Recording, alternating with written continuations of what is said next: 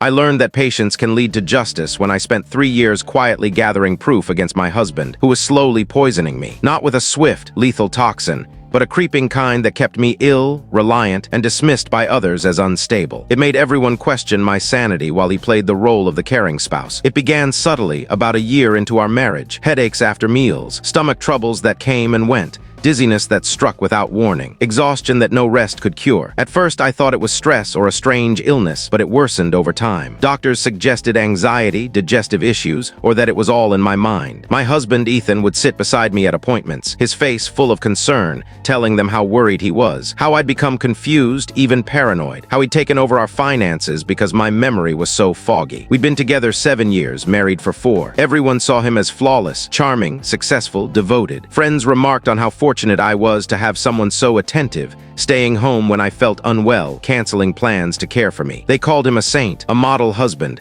but something felt off. When Ethan was away, I'd feel better, physically better. During his work trips, my headaches eased, my stomach calmed. Yet within days of his return, I'd be weak, dizzy, forgetting entire conversations. I'd wake up groggy, not recalling when I'd fallen asleep. The first clue came when I caught him adding something to my coffee while he thought I was out of sight. I confronted him, a mistake. He recorded my outburst, then shared it with my mom, his parents, our friends Leela and Mark. In the video, I sounded frantic, accusing my perfect husband of harming me. His calm voice contrasted with my desperation, asking me to take my pills, saying the doctor warned of these episodes. Everyone looked at me with pity or unease. Leela pulled me aside, suggesting I trust Ethan, that I might need help. After that, he pushed for a psychiatrist, even hinting at inpatient care, framing it as concern for my safety. When I was in agony from stomach pain, he'd smooth my hair, promising to always care for me. He'd tell others how hard it was, but that he'd vowed to stand by me in sickness and in health. Everyone admired him more. Poor Ethan, burdened with his ailing wife. If I spoke out again, I knew he'd twist it, make me seem crazy, or maybe even have me locked away. So I stayed silent, watched. I stopped drinking his coffee, pouring it out when he wasn't looking. I refused his food, claiming my stomach needed plain meals, cooking separately and flushing his dishes when he wasn't around. I hid activated charcoal pills in a place he'd never check, a sanitary pad box. Slowly, my strength returned. My mind cleared. I knew then he was poisoning me, but I needed evidence, not just suspicions. I turned our spare room into my workspace,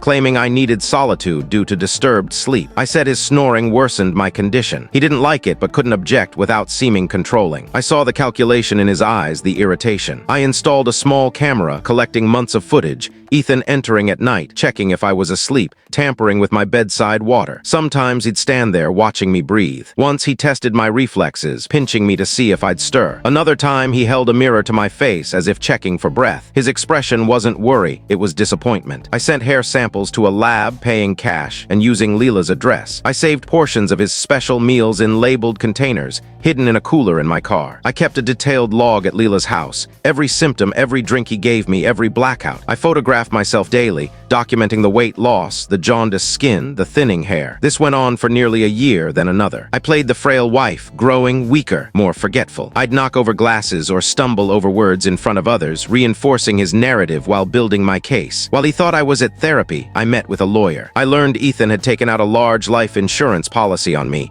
told my doctor I was mentally declining, and hinted to colleagues about my early dementia. He'd researched poisons that mimicked natural illnesses, untraceable toxins, and even joked about becoming a widower. The 3rd year was grueling. He started bringing his friend Caleb around, a pharmacist. They'd whisper, falling silent when I entered. I overheard terms like gradual buildup and needs to be stronger. Ethan began talking about moving us to a calmer place, mentioning his cousin Nora's remote cabin by a lake. He described it as peaceful, isolated, perfect for my recovery. He told Mark the lake was deep, easy to get lost in. He bought hiking gear, fishing equipment. I knew I couldn't wait longer. Going to the police without solid proof would pit my word against his.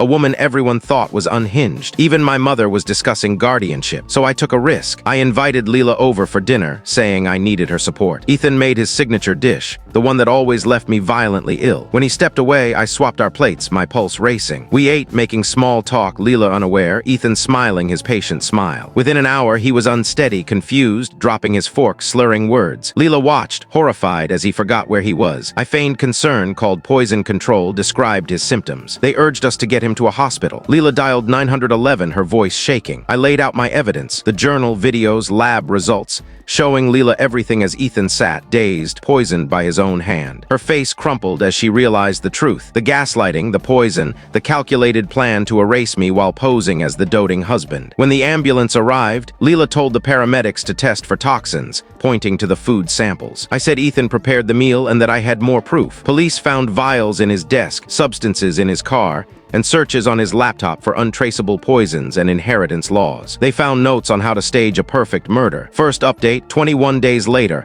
Ethan's been in custody since his arrest. He spent 3 days in the hospital, treated for poisoning from a mix of heavy metals and obscure drugs, a blend no one could accidentally concoct. I keep thinking how that could have been me, how many times it nearly was. The police grilled me for hours, asking why I waited so long. I explained how Ethan isolated me, convinced everyone I was delusional, controlled our money, and tracked my movements. The detective seemed skeptical until Leela backed me up, detailing how Ethan manipulated our friends with videos of my outbursts, coaching them on how to handle my episodes. A search of our home uncovered a hidden safe with labeled vials, a log of my symptoms after each dose, and notes on which mixtures caused blackouts or weakness. They found research on toxins mimicking diseases and maps of Nora's lake, plus a waterproof bag with weights. Leela stays with me now, sleeping on my couch, afraid to leave me alone. She keeps apologizing for not seeing it sooner, for believing Ethan. I can't blame her. He fooled everyone with his perfect act. Ethan's mother, Margaret, showed up at the station, insisting I'd framed her son, that I was the unstable one. She told everyone he was only giving me prescribed medications, that I'd been paranoid for years. When they wouldn't show her the evidence, she called our friends, claiming I'd poisoned Ethan in a delusional revenge plot. At the preliminary hearing, Ethan sat in his jumpsuit, avoiding my gaze,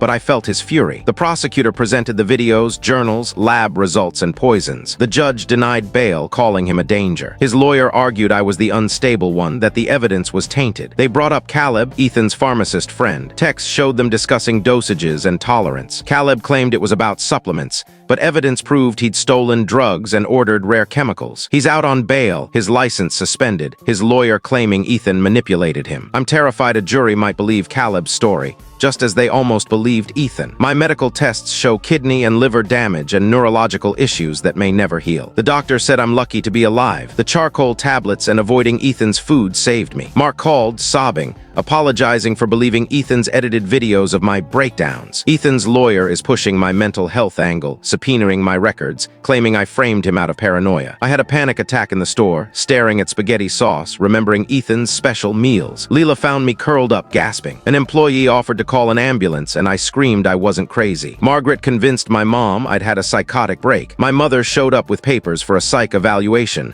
saying she just wanted to help. Leela had to block 2 men from a facility who came to take me. My mom cried, insisting she wanted her daughter back, not this poisoning nonsense. The financial probe revealed Ethan had been siphoning money into hidden accounts, selling assets, researching non-extradition countries, and preparing fake IDs. They found a second phone with messages to Caleb about upping doses, and to someone named Ryan about handling Leela if she got suspicious. Police are searching for Ryan. I can't eat without fear, can't sleep without seeing Ethan looming over me. My therapist says it's PTSD, that recovery will take time. Tomorrow, I meet the prosecutor to review the case, ensuring it's airtight against Ethan's devoted husband act. Second update, 3 months later. The trial started last week. Ethan's lawyer keeps hammering my mental instability, painting him as a husband broken by my decline. The prosecutor showed the videos, Ethan tampering with my water, watching me sleep, testing my reflexes. The room went still. His lawyer claimed he was checking my health, adding prescribed drugs because I wouldn't take them. It's chilling how convincing it sounds. They found Caleb at Nora's cabin,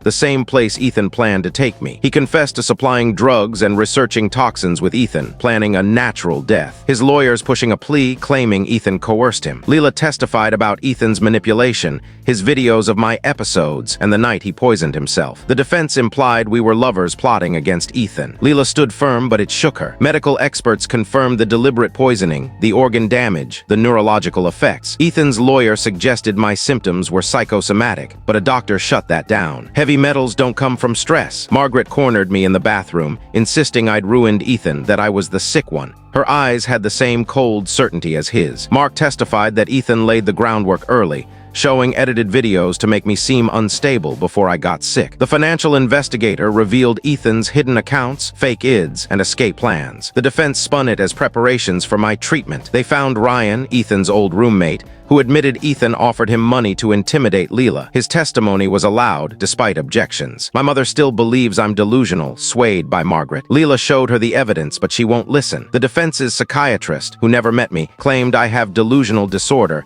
spinning my reality as a conspiracy. Our experts countered, explaining gaslighting and abuse patterns. Leela and I live together, too scared to be alone. She's my anchor, the one who saw the truth. Final update. The jury deliberated for 4 days. I sat in the hallway, Leela gripping my hand, my lawyer saying longer deliberations favored us. I feared they'd believe Ethan's act. Then, the verdict. Guilty on all counts. Attempted murder, poisoning, psychological abuse, financial fraud. Ethan's mask slipped, revealing raw anger. Sentenced to 15 years without parole, the judge called it a chilling case of calculated cruelty. Ethan claimed he acted out of love, that I'd see he was helping me. The judge silenced him. Margaret was dragged out, screaming I'd framed her son. Caleb got 8 years with parole possible after 3 for testifying. Ryan got probation. Mark sent flowers, but I haven't replied, too raw from those who doubted me. My mother called, hinting at regret but not apologizing. She wants to talk, but I'm not ready. Leela says family matters, but my mother chose Ethan over me. Leela and I are moving next month to a place free of memories. She's my family now, the one who believed me, who stood by me through the trial and the doubt. Waiting 3 years nearly broke me, but it saved me. It gave me the truth, my freedom, and my life back.